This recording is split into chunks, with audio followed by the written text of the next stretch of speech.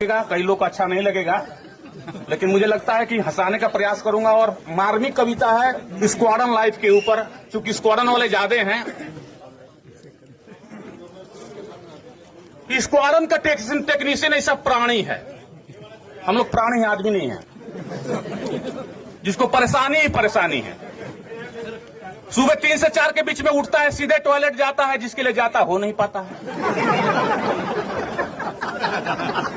सुबह 3 से 4 के बीच में उठता है, सीधे टॉयलेट जाता है, और जिसके लिए जाता है हो नहीं पाता है। और जब हो नहीं पाता है तो चाहकर भी कुछ धो नहीं पाता है, तो नल से पानी और आंख से आंसू निकालता है तत्काल, और सीधे पहनता है ओवरऑल। इधर मिसेस उठकर नाश्ता बनाती है, और उसे स्क्वाड्रन जाने से, डीएसएस जाने से रोक नहीं पाती है। तो जिस वक्त टेक्नीशियन का होना चाहिए अपने बीबी के बाहों में, उस वक्त होता है स्क्वाड्रन के राहों में। जिस वक्त स्क्वाड्रन बीबी को होना चाहिए, टेक्नीशियन को होना चाहिए अपनी बीबी के बाहों में, उस वक्त होता है स्क्वाड्रन की राहों में। स्क्वाड्रन आते हैं, वो सुनता है गाली, और टेक्नीशियन के लिए गाली और उसका रोज का है कव्वाली, जिसे वो अक्सर सुनता है, टूल क्रीम में आकर अपना औजार चुनता है। गाली सुनकर बंदा नहीं होता है ताश, कारण टेक्नीशियन हो गया है जिंदा लाश, खत्म हो गए सारे इमोशन। और जब डीआई कर लेता है तो उसको लगता है मोशन। तो जैसे ही मोशन लगता है, फुल मोशन के साथ टॉयलेट की तरफ भागता है, लेकिन बीच में ही जकड़ लिया जाता है, डेस्क का इसी तरह पकड़ लिया जाता है। बोला मिस्टर वाई और अफरेड, आखिर कौन करेगा F4 परेड? मिस्टर वाई और अफरेड, आखिर कौन करेगा F4 परेड? मैं बोला सर इमरजेंसी कॉल।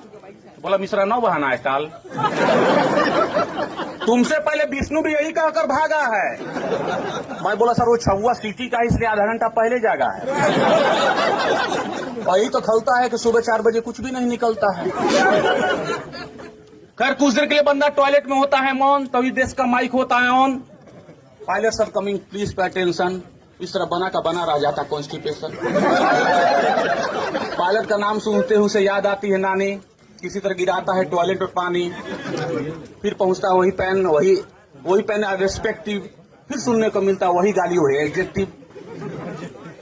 जब जहाज चला जाता है तो लेता है बंदा चैन की सांस, तभी सेक्शन आईसी आता है उसके पास।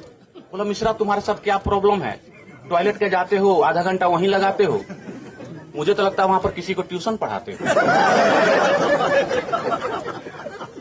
खैर टीआरएस करते धरते 2 बज गए, बताती है घड़ी की सुई।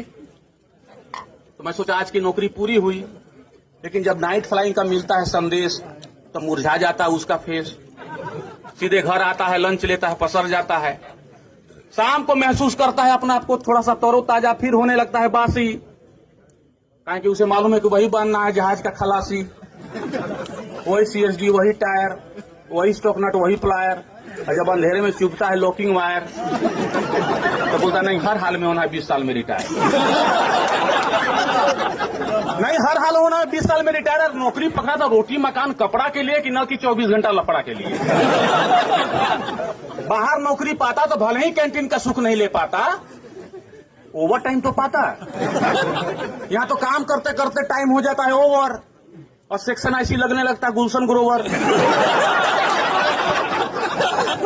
सेक्शन आईसी लगने लगता है गुलशन ग्रोवर, FTO लगने लगता है अमरीश पुरी। लेकिन हम कुछ बोल नहीं सकते, हमारी यही है मजबूरी। क्योंकि फौजी फौज में आते हैं पेट के मार से, या फिर देश के प्यार से। कोई जमाने की बुराई सह नहीं पाया, कोई बाहर की रह नहीं पाया। पर इतना कहूंगा कि बाहर के दुनिया से हम टेक्नीशियन बहुत अच्छे हैं, क्योंकि ईमानदार हैं, सहनशील है, सच्चे हैं। बाहर की निगाह में फौजी अवश्य हैं, पर देश के सबसे जेन्युइन मनुष्य हैं, देश के सबसे जेन्युइन मनुष्य हैं, देश के सबसे जेन्युइन मनुष्य हैं। धन्यवाद।